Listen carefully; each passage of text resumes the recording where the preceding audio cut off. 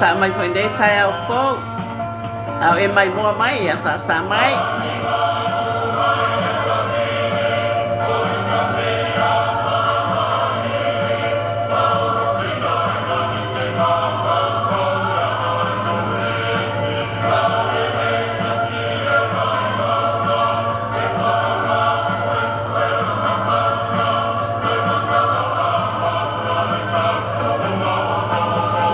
Sa mai nei tai au. Au e mai mua mai ia sa mai nei aso Feau. Whaftai le atua nei aso Feau, whapopo mai aso tātou wola, amene.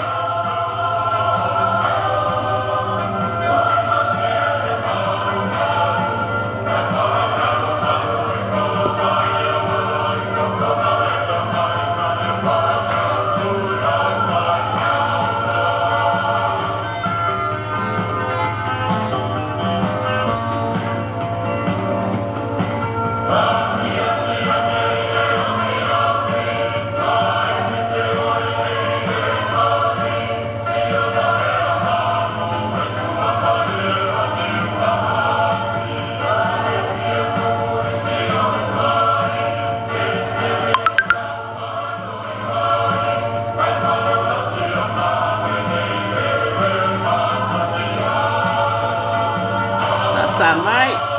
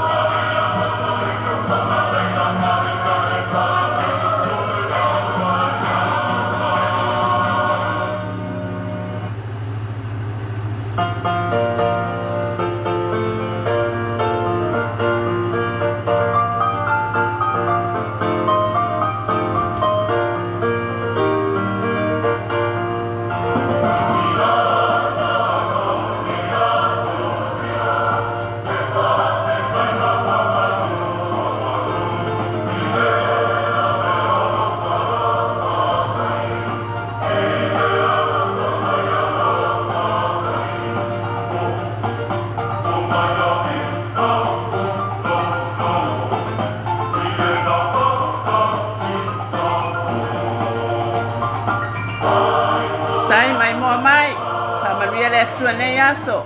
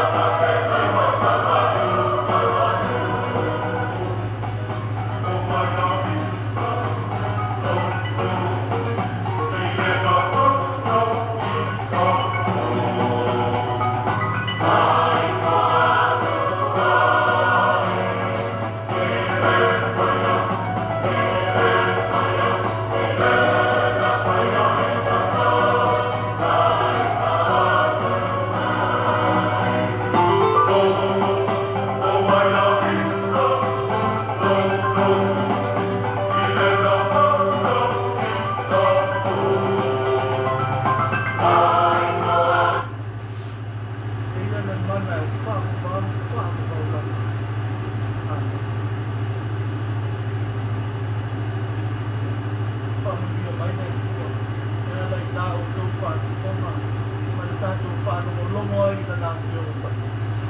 Mai e tū mau atu i a te ia, lona lava vi i. Nei māsa umalama, e o i le whaamavau lava. Amen. O le pese, whaase nau se fulmanei.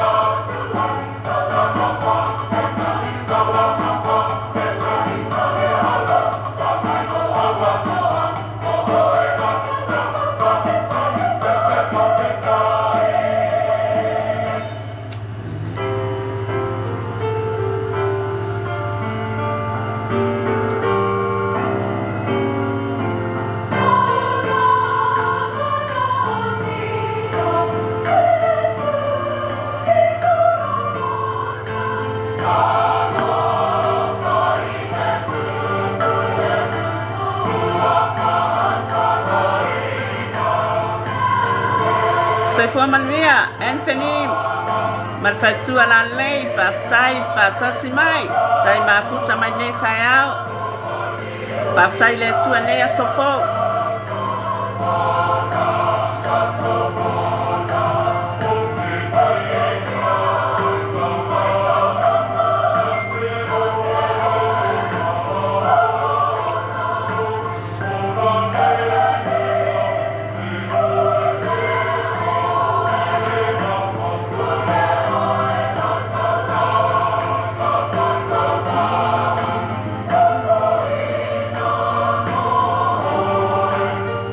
Sorry.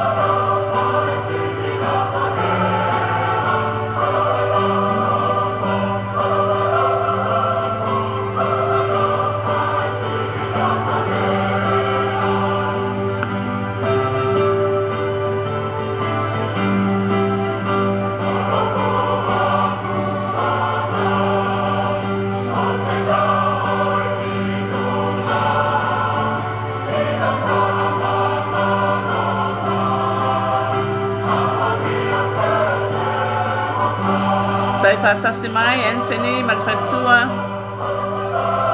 Tai mai moa mai.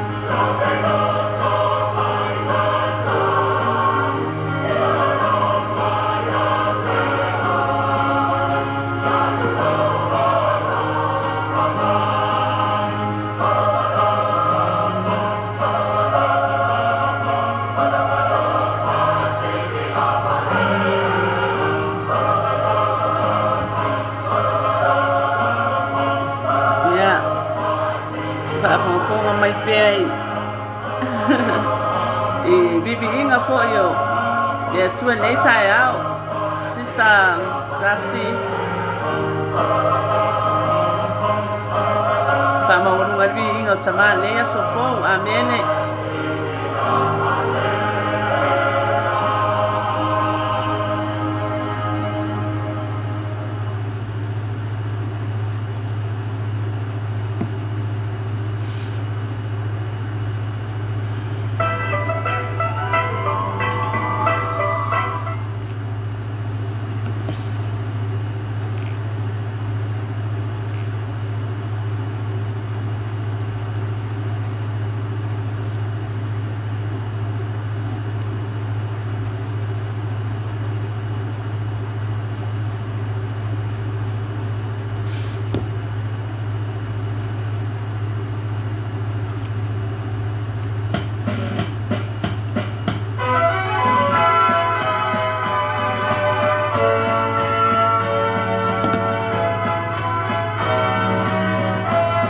Soifua Maria, Sister Pureyala. Ia whaftai le tua nei a sofo. Malo lava le soifua.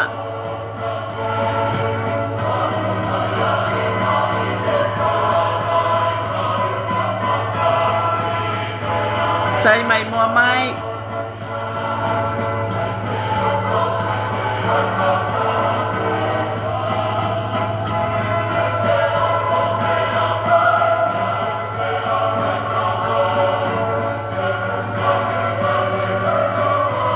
Tai Anthony, man whaitua la nei, whaatasi mai nei tai au.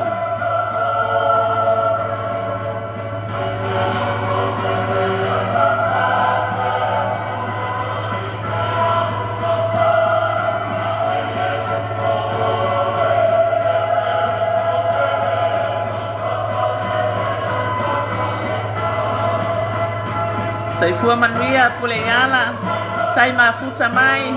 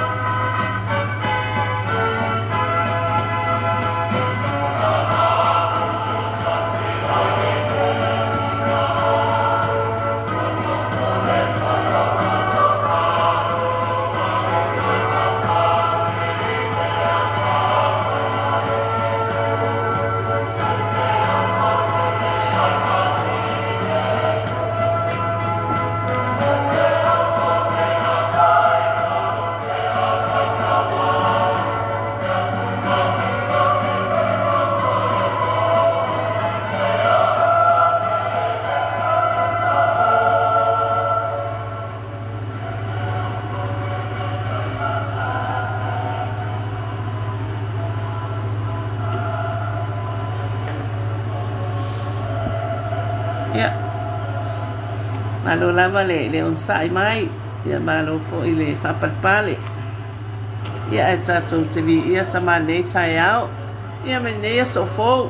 Ia u whapopo mai. I lo tō soifua mo sa mātou wola vai vai. Amene. Ia nei tai au. Ia. E au na tātou o i le li i tatalo. Ia vi ia lawa tamala o fio. Tu mau atu lava tamai la o fio lo vi inga e whamavau. Awa e tatau lava tamai la o fio lo vi inga. Awa tamau la o fio e ona mea umalo mātou atua. Tamā whaafitai neia so fōu whapopo mai aso lo mātou wola. Whaafitai tamai lau tau singa alofa i o mātou wola. O mātou tu e la whai fia mai ai neia so fōu. I le alofa ma le anga le lei o la o fio. Whaafitai tamā le mana o lo nganga pa ia o a fio matai to alua ina i mātou. Whaafitai le toto i Yesu sau wina i mātou. Whaafitai tamai au angelu pa ia o a fio mato la wapi. O lo tolo toi tono o mātou whare o mwhai ai o la mātou tu e la whai manuia mai neia so fōu. I le alofa ma le anga le lei o la o fio. Tamā o mātou talo wha manuia mai la o fio. Lilingi mai tamā le mana o lau wha unga i lunga ia tau lau au auna. Ina ia o wha leo ma wha soa ina lo fina ngalo. O iai le manuia tamā o la o fio. O na Yesu lo mātou ali o mātou wole mara o tuai tamā. Amen ma amen.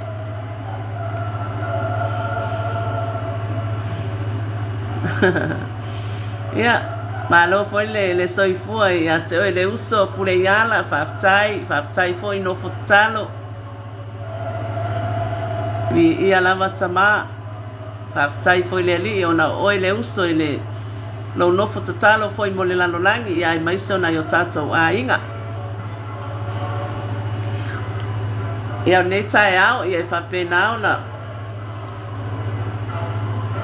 o na whaalau loa fo le tātou au nanga a me le ia. O le tātou au nanga maasani fo nei o le Feau o le Satauro. O lo i lalo fo i o le. O le wawa ainga fo i po le ala leo whaleanganga o le Club o Kenta ma TV New Zealand. Ia o lo whafoe ina fo i le. Le sunga i whawhiangainga ia Mike Bretta a me ne. Ia o le sunga foi le whawhiangainga. Ia o ia le whaatonu foi o lea la leo whaleanganga. A le tai au ia. E le tu ua lava le anganga o le whatalofa a me ne. Ia e au foi ono whatalofa atu i le paia foi ma le mamalu o seo tātou watunu o Samoa. I le sunga lau le mali atoa le tātou pale mia filifilia. Ia, ma le whainga malo mamalu. Ia, whatalofa atu i le au whainga luenga. Pa ia le atua o le au whainga luenga totofi. Ia o lo whapena foi o na lātou. Launga ina le upo le ola i whata whaitau langa i fia. I totono le neila lo langi o na o le tala le lei. I lo tātou wali o Yesu Keriso, amene. Whata alofa le ainga o le whatu atua tino Keriso.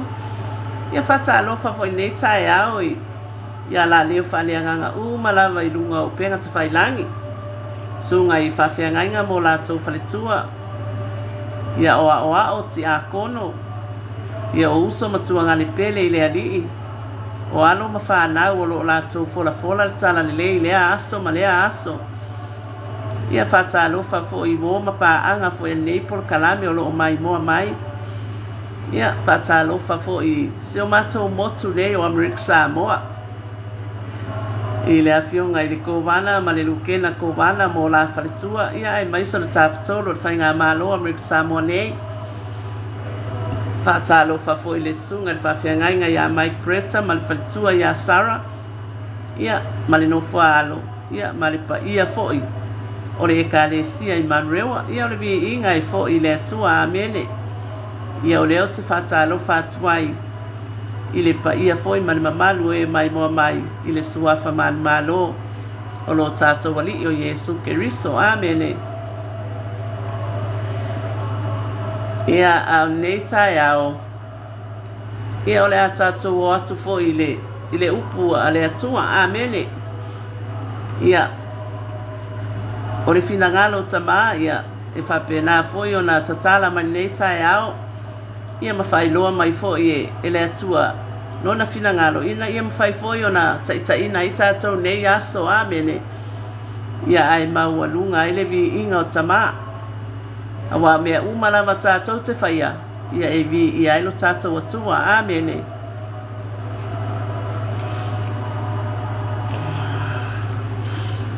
o le tātou tusi whai tau nei tai ao e maua mai le tusi a Roma o Roma o le mata upu mua mua o le tusi ala apostolo Paulo le ekalesia i Roma o le whai upu mua mua e o le whai upu e ono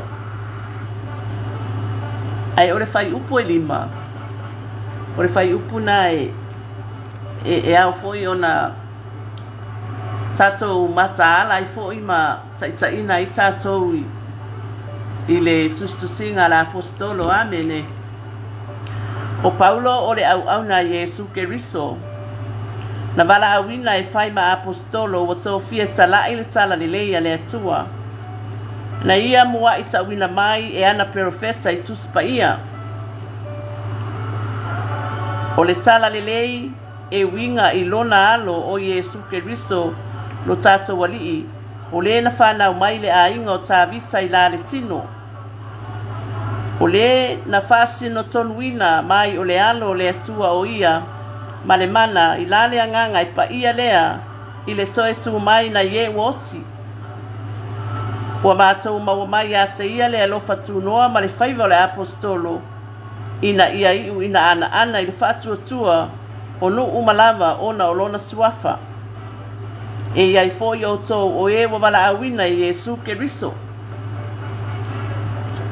ia o le mata upu le ia o le te lea le tustusinga ia pe o au mai le whai upu mua e tau le whai upu e ono o le whai upu e lima o te fia e whai loa atu ua mātou maua mai a te ia le alofa tunoa ma le whaiva o le apostolo ina ia iu ina ana i le whatuatua o nuu umalava ona o lona suafa ua mātou maua mai a te ia le alofa tunoa ma le whaiva o le apostolo ina ia iu ina ana i le whatuatua o nuu umalava ona o lona suafa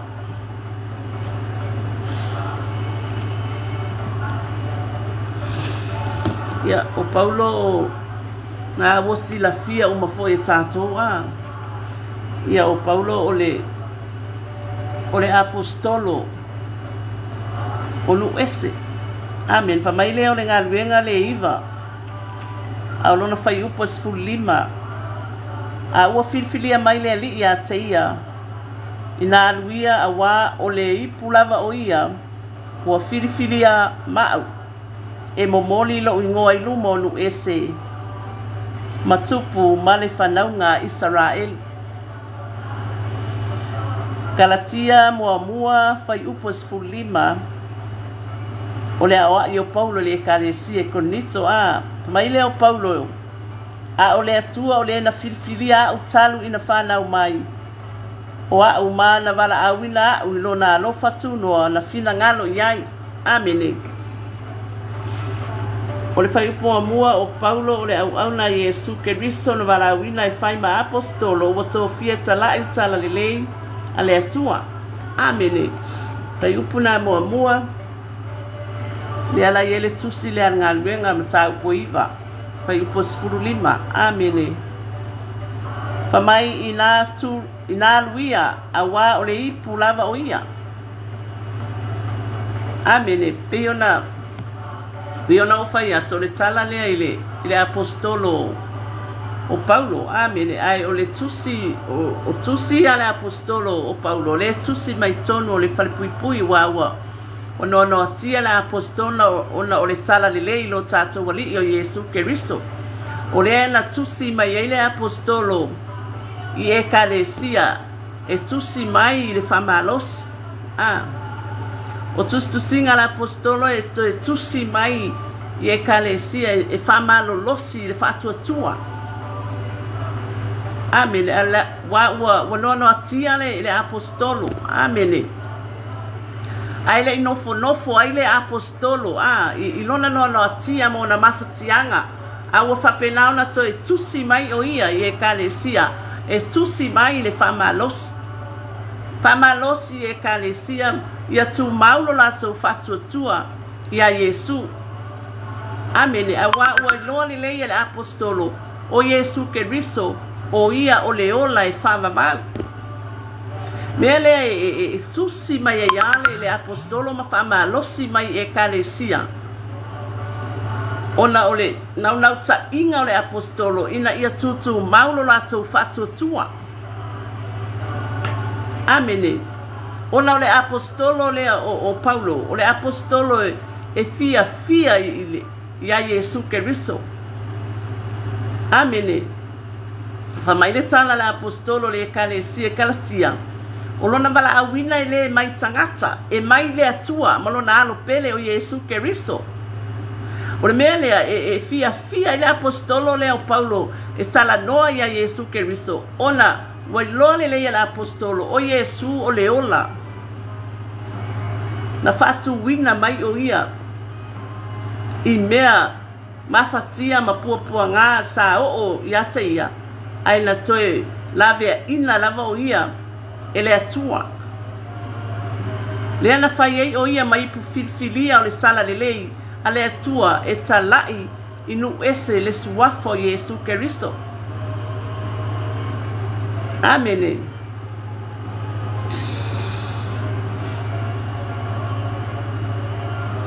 Ole fai upo e lua. Ina ia mua i tauina mai ana profeta i tusi pa ia. Amene. Mai leo le Tito mua lo fai upo e lua. O le apopo inga Tito ia whamalosi o ia lana ngaluenga. Amene. E le whamoe e le ola whavavau na fola ina mai. Talu mai tau sanga o le vavau e le atua e le mawhai o na tala pepelo. Amene. Na ia mua i tauina mai ana profeta i tuspa ia. O nona winga. O le bala awina o Paulo. La mua i sila fia e le atua. O le aia bala awina ia le apostolo o Paulo e fai ma apostolo inu ese. Amene. Mai lero e Roma e sfulma le ono. Alona fai upu lua lima, lua ono. Ia le na te mawhaia o na whatu mau ia te outou. E tusa mala utala lelei, ma le tala inga o le tala lelei ia Yesu Keriso. E tusa ma le whaalinga o le mea lilo, sa na atia i tausanga o le vavau. Ua whaalia mai nei tusi e profeta, e tusa ma le polo a inga le atua, e whavavau. O lo ua whailoa mai nu uma, ia iu ina usiustai le whātua tua.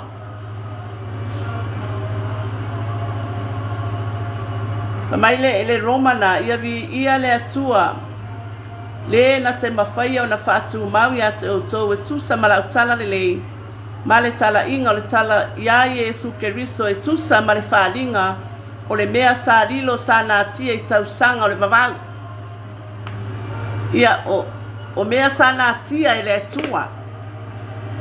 Amene. Wa na o le atua sa whapenao na sila fia e lona fina ngalo. O le awhapenao na avea le apostolo. Lea o Paulo ma apostolo nu ese. E mana tua foi e fai atu lava i au whaasoa ua mawai. Ona o Paulo o le na ngoa mua ia Saulo o ia o le tangata iutaia e whasa wā lava i tangata pa ia o le atua. Amene. O ia sa tau la mua i le alu e au mai tangata Cristiano ma ave Jerusalema ia taimi a sa sili fo ilo na alu ile I tu maanga nuu maanga fa yutaya o tala ia ole apostolo o lo itutonu ole afionga pa ia le atua amene ia ai mana tua na taya lava le tangata le nei por tamalo nei o Saulo amene a o ingoa o ia Saulo amene na taya le mana o le anganga pa ia amene o inala le na suia ia le atua le tamalo le o Saulo e fai maipu filifilia e tala ia lona finangalo inu ese amene masuia I foi lona ingoa o ia ia Paulo amene ai ole peona fai mai le fai upu elua na ia mua I tauina mai e ana profeta I tuspa ia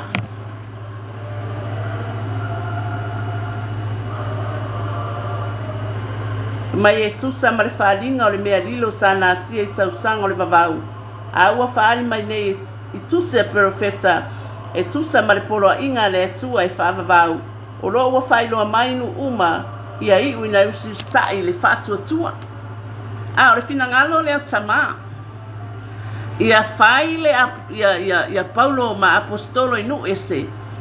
Ina ia tala ia tuai le tala lele. Ia whapena una maua uma e tangata uma. Le fatua tua ma le usi tai awa a usi tai ma tato usi tai e fa pena foi ona tato fatua tua amene ole fatua tua o lo fa pena ona totono le fianga pa ia le tua ole tato va ai le I mea ele o va aia mea ele o mautinoa awa tato te fatua tua I mea o va aia ai tato fatua tua I mea ele o va aia amene walk by faith not by sight ia ole peila ole apostolo wa na mua isi la fia lava e tama ole a faile apostolo ole a faile le tama loa le o Saulo ia ma apostolo nu ese ia le suia ino na ingoa ia Paulo amene ole fai upo e tolu ole tala lele e winga I lona alo o Yesu Keristo lo tato ali o le na whanau mai le a ingo ta vita I la le tino.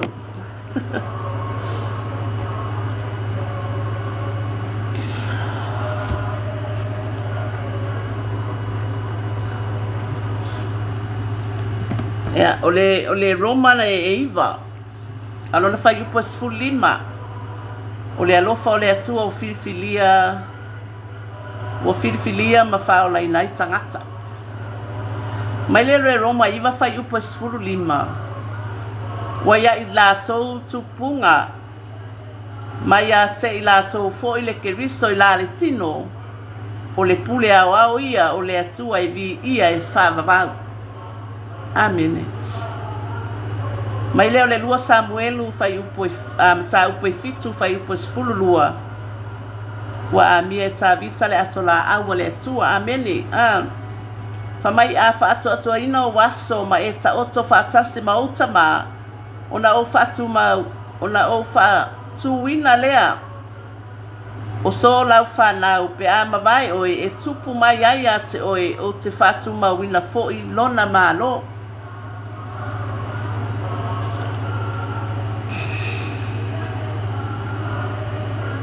ia manino ale fionga pa ia le atua amene o le atua e tolu ano persona o le atua tama le atua le alo le atua le anganga pa ia a e tasi a le atua o le atua le alo le na fio mai e liu tino tangata na fio mai le lalolange e liu tino tangata I lona I tu tangata ina ia mawhai o na alu I lunga o Satauro amene mele fai mai ele fianga pa ia le atua ia te la to foi le Keriso I la le tino o le pule au ia o le atua vi ia e fama mang pa mai le o le lua Samuelu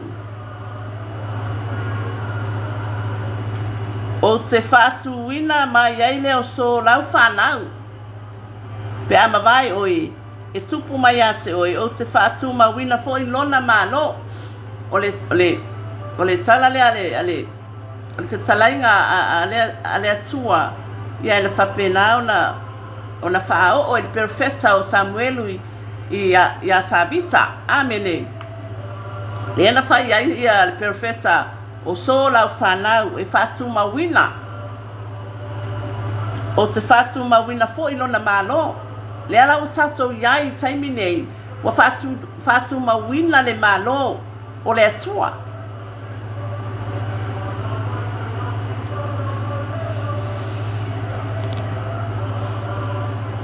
o le mātai o e lua fai upu wha lua se ala tatou ta ofi le Keriso se atali ea ia o ai o na latou fai mai ai lea ia te ia o le alo o Tabita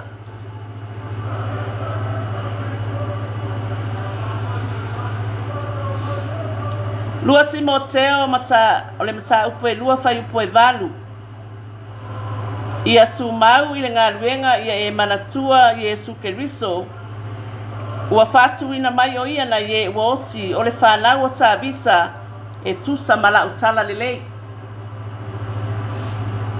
ia o apoapoa inga ina ia tu mau le ngaluenga o apoapoa inga ale apostolo o Paulo I lona atali I faleanganga o Timoteo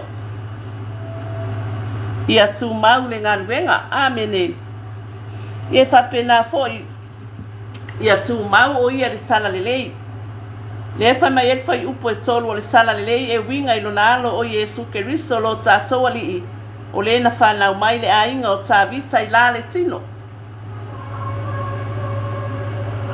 o le fai upo e wha o le na wha sino tonuina mai o le alo o le atua o ia male mana I la le anganga e pa ia lea I le toe tu mai na ye woti ua mātou maua mai ia te ia le alofa tunoa ma le whaiva o le apostolo o le na whaasino tonuina mai o le alo o le atua o ia ma le mana I la le anganga e pa ia lea I le toe tu mai na ye woti Amen vi ia tama mai le tusi le ngaluenga la o apostolo mata upe su tolu fai upe tolu na whaao o ele atua ia te tatou a la tau whanau I lona toe whaatuina o Iesu pe ona tusi e fori salamo e lua o lo watali oe ua whanau oe e au le aso nei Amen.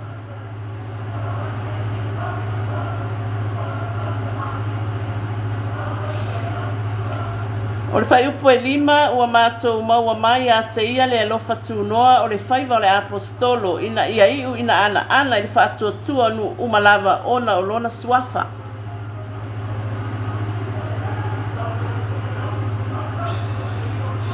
Amen.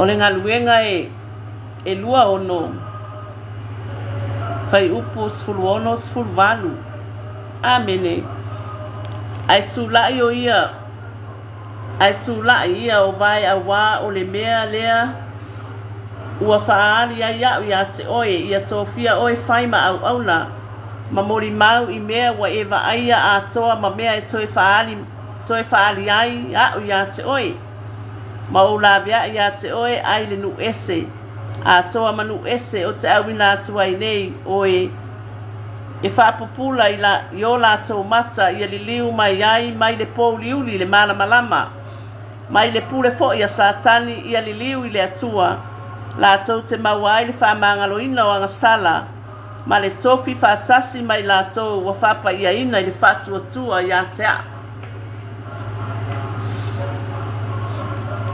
amene ia le ali.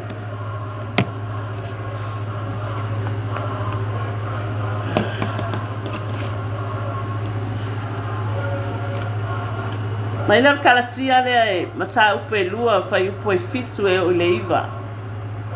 A Elena o lea wala tau iloa ua tuina mai a tau le tala le lei mo e le peritomeina pe ona tuina ya Peteru mo e peritomeina. A wao le nangalua i tutonu ya Peteru le faiva le apostolo mo e peritomeina o ia lava nangalua i tutonu ya tau i le faiva o le apostolo mo nu ese. Na lato iloa foi le alofa tu noa ua foi ina mai a tau o na lato fitango file i lima tau matau o le whaatasinga ia teima ua mapanapa e ia kopo makefa a toa maioane o e na tau poutu ina ia mao inu ese a lato ia e o ua peritomeina ie ua peritomeina ia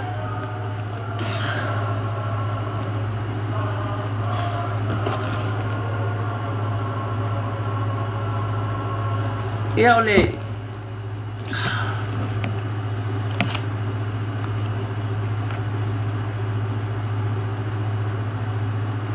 a faila a wale o tatou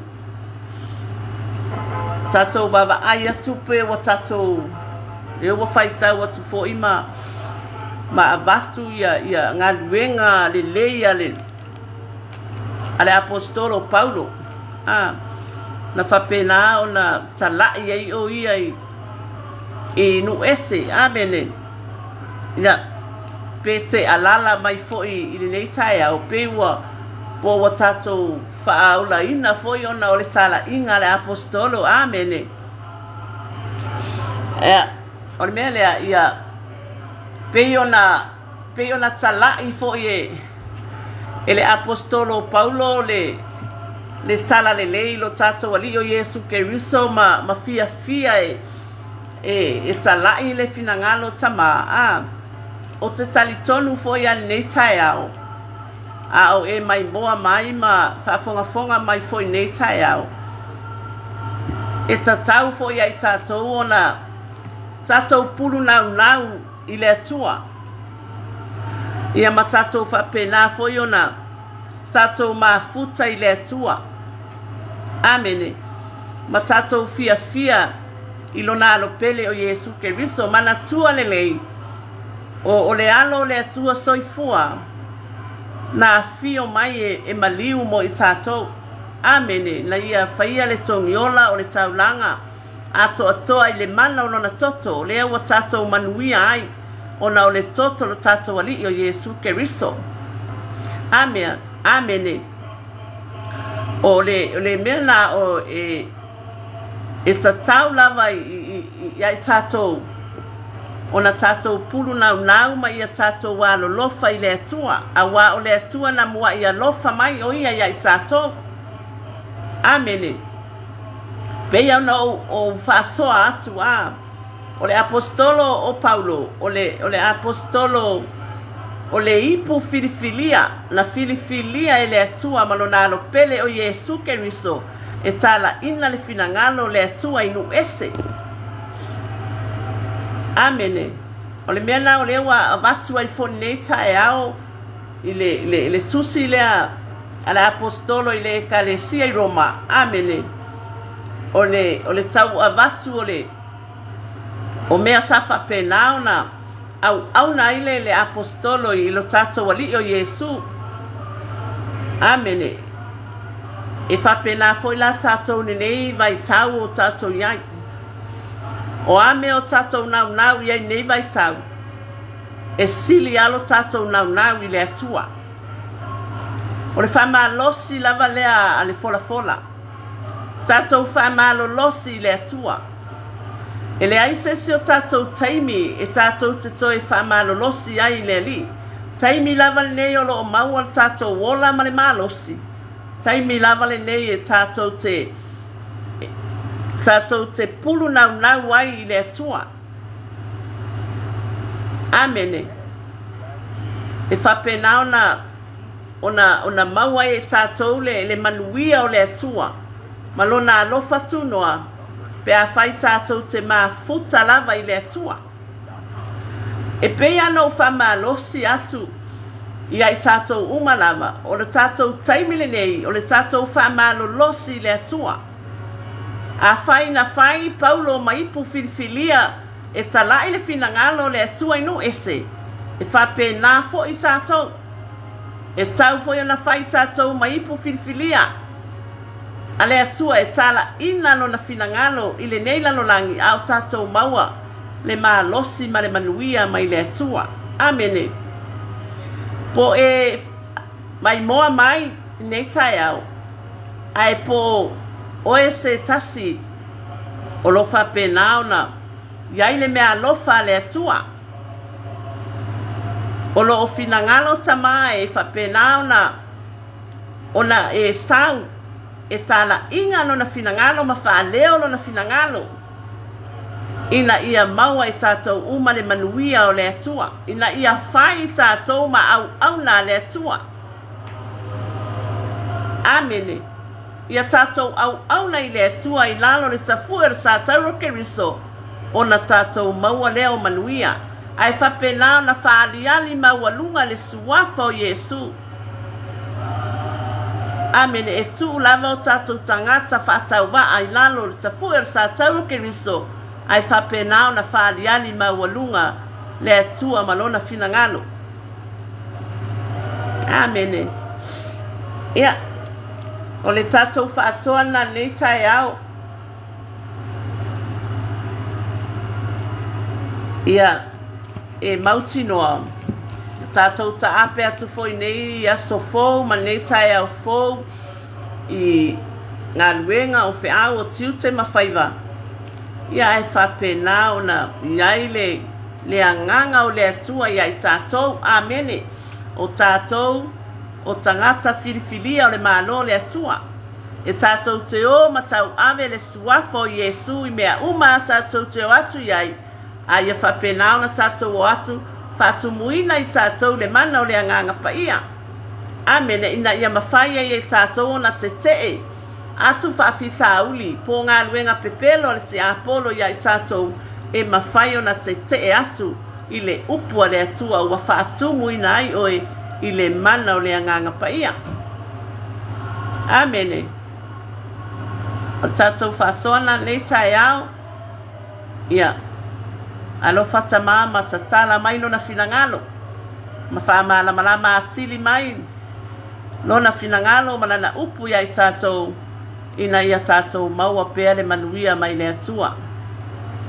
Ia tamaua i ufoli whaasoa lau whanau ne tai au whaaftaitele a tamai lau upu. A mai fo e a oa o ina i o mātou tangata whaatau waa. Talo tamaa wha manuia mai lau o fio iai mātou malama. O e fo ina mai moa mai ne aso tamaa. Ia wha manuia i lātou mai le suafa manu malo. O lo mātou wali o Yesu keriso ina ia mātou maua lo manuia o na Yesu. Amene ma amene tama. Ia. O le tātou whaasoana nei tai au. Ia e whaaftai atu le usopele ale o pule iala. Whaaftai fo ia sunga ia Anthony ma whaletua. Whaatasi mai nei tai au. Ia o whaia o tō ma whaamanianga morewi inga o tama. Amene whaaftai whaatasi mai. Ia. Ai o te le iaru ese foi ma le porkalame nei tai au. Ia o te whaaftai atu i sunga i whawhiangainga. Mō lātou whaletua o aoa o matiakono mō lātou whaletua. Ia o tuangane pele o so pele i le ali o alo mawhanau. Ia. Whaaftai fo i tapua inga asi o tātou atunu pele o Samoa. Whaaftai fo i tapua inga e na mai moa ma whaafonga mai nei tai au. Ia. Whaaftai fo i tapua inga si o mātou motu Amerika Samoa nei. Ia o le bi inga i tu mau i le atua. Amene. O leo te mamori atua i le anganga o le whaaftai tele lava nei tai au. Whaaftai maafuta mai ma whaatasi mai. ia ua maualunga le viiga o le atua ona o le tou alolofa ma faatasi ma lenei taeao ia manu teleina lenei aso i le alofa ma le agalelei o le atua soifua